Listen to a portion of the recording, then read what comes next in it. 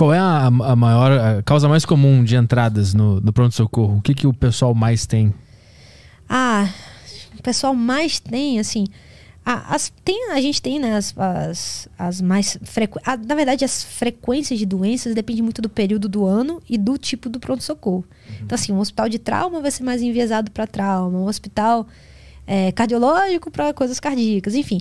Mas, de maneira geral, são as causas que a gente chama de low acute, né? A ficha verde, que é os casos que não têm gravidade. Então, geralmente é dor abdominal, dor de cabeça, síndrome de trato respiratório. Então, desde de gripes comuns, sinusite, enfim.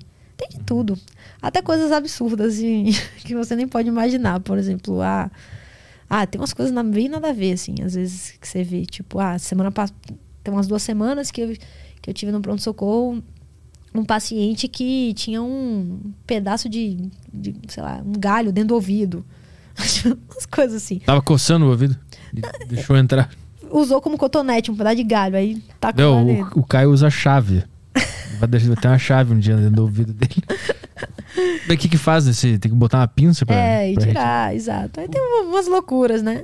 Qual foi o mais bizarro? O caso mais bizarro que tu lembra agora? O caso mais bizarro... Ai, meu Deus. Deve ser no HC. Deixa eu pensar aqui. Geralmente os casos de trauma que são os mais bizarros, que eu acho, assim. Eu lembro que quando eu trabalhava no SAMU, teve um caso de colisão lá de 2 carros, enfim. E bateram 2 carros e uma árvore. Aí quando a gente chegou, tinha uma árvore, assim... enfiada no cara, assim, tipo... já tem muita coisa bizarra. Ele tava consciente? Conversando, assim, no braço. Assim, ele entrou de um lado do braço e do outro. Já peguei... teve um caso, assim, o caso que me marcou, assim, também foi no SAMU, trabalhando no SAMU. E aí a gente teve tem bastante disso, né? Assim, você vai pra uma comunidade, aí você chega lá, eles mandam você parar a ambulância em algum lugar e te levam até o lugar, porque é muito perigoso. Aí vem aqueles caras armados e tal, não sei o que, segue aqui, não sei o que. No início eu senti um pouco de medo, depois eu acostumei. Aí nesse dia a gente foi, seguiu, aí a gente entrou numa casa, tipo uma mansão, assim, dentro de uma comunidade. Assim, meu Deus, onde é que eu tô? O que eu tô fazendo aqui?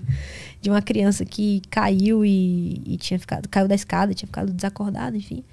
E aí, na hora da gente sair, quando a gente tava saindo, assim, a gente saindo com a criança pra levar pro hospital, aí tinha tido um tiroteio e tinham, tipo assim, 5 vítimas, assim. Aí já aconteceu. Aí tipo, vai, pede apoio, aí vem mais gente e tal, não sei o que, aí vem mais apoio, polícia, etc. Enfim. Mas aí tu se envolve nesse caso? Não, aí eu sigo com o meu. Segue com o teu e espera o pessoal vir. Aí espera o pessoal vir. Aí, dentro da emergência tem várias políticas, assim, de gravidade, tipo, você tem que respeitar algumas coisas, né? Porque senão não viram mais vítimas, né? Qual é o caso que tu mais se orgulha de ter resolvido ou ter atuado? Caso que eu mais me orgulho... Ai, meu Deus. Deixa eu ver. Eu tenho um caso que foi bem emblemático pra mim, que foi uma criança com asma. Que eu peguei, eu tava... acho que eu tava no meu 2º ano de residência, num plantão externo da residência, né? Plantão que a gente chama da sobrevivência financeira.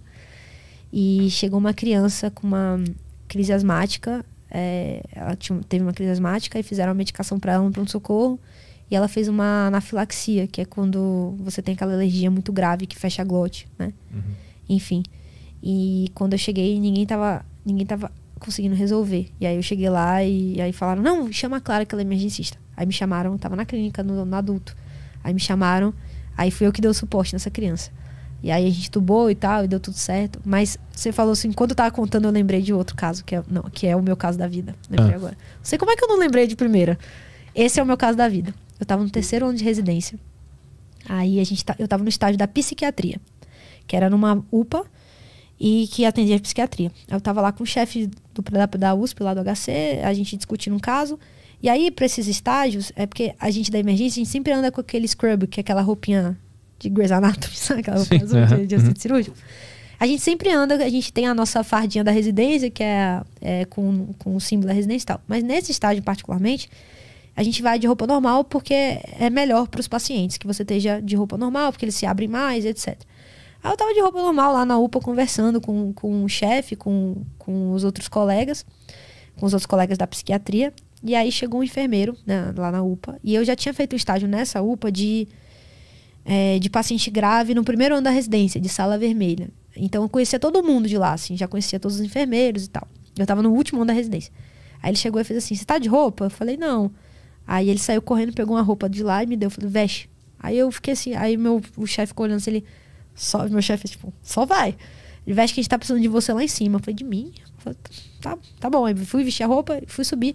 Aí eu fui andando, ele, não, corre. Aí quando eu entrei na sala de emergência, tinha uma gestante sendo reanimada, né? Ela tinha tido uma parada cardíaca, estava sendo reanimada por uns médicos e tava uma briga, assim, uma super briga dentro da sala, porque ela era uma gestante já, tava muito perto de ter um neném. Então, começou a briga de abre ou não abre para tirar o neném no meio da parada cardíaca. E assim, eu cheguei e não sabia nem o que estava acontecendo. Então, uma briga. E aí uma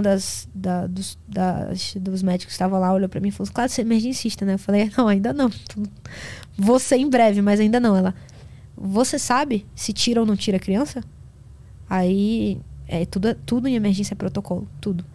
E aí isso a gente chama de cesárea perimortem, que é a cesariana que a gente faz de emergência quando a gestante tem uma parada cardíaca. Porque o bebê, se ele tá bem, o bebê tava bem, a gestante parou.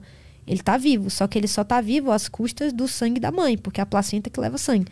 Então, quanto mais rápido você tira o neném, mais a chance dele não ter nenhum tipo de sofrimento.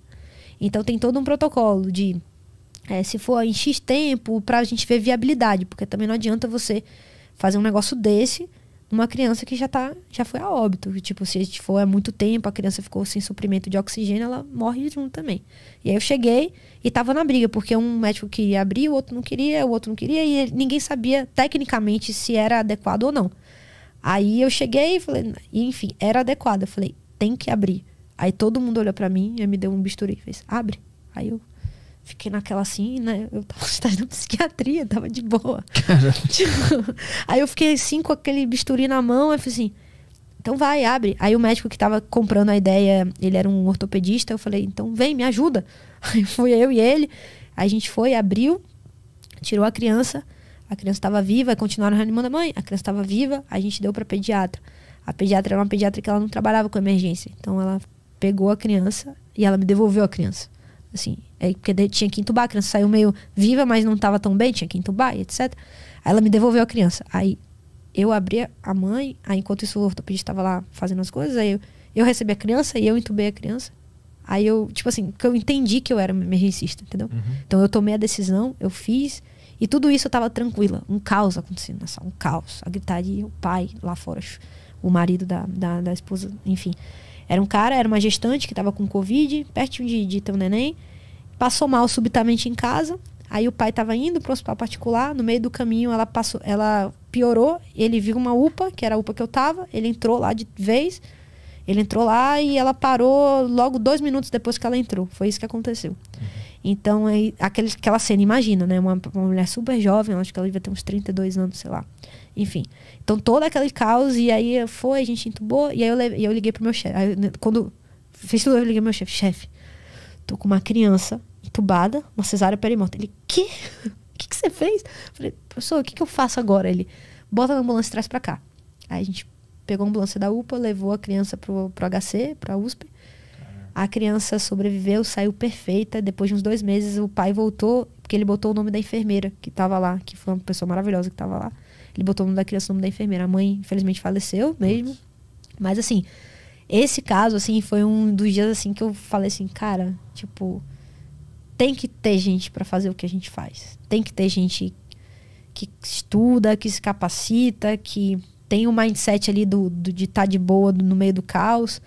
Porque naquele momento ali eu vi vários médicos super, assim, muito mais experientes de vida do que eu, mas que com inteligência emocional, assim, muito atrás. Assim, uma briga, vocês não têm noção. Eles me chamaram porque precisava de alguém de fora, porque estava tão caos ali naquele ambiente que eles precisavam de uma terceira opinião. Não, terceira não, acho que era a 6ª opinião. Tinha uns 5 médicos na sala.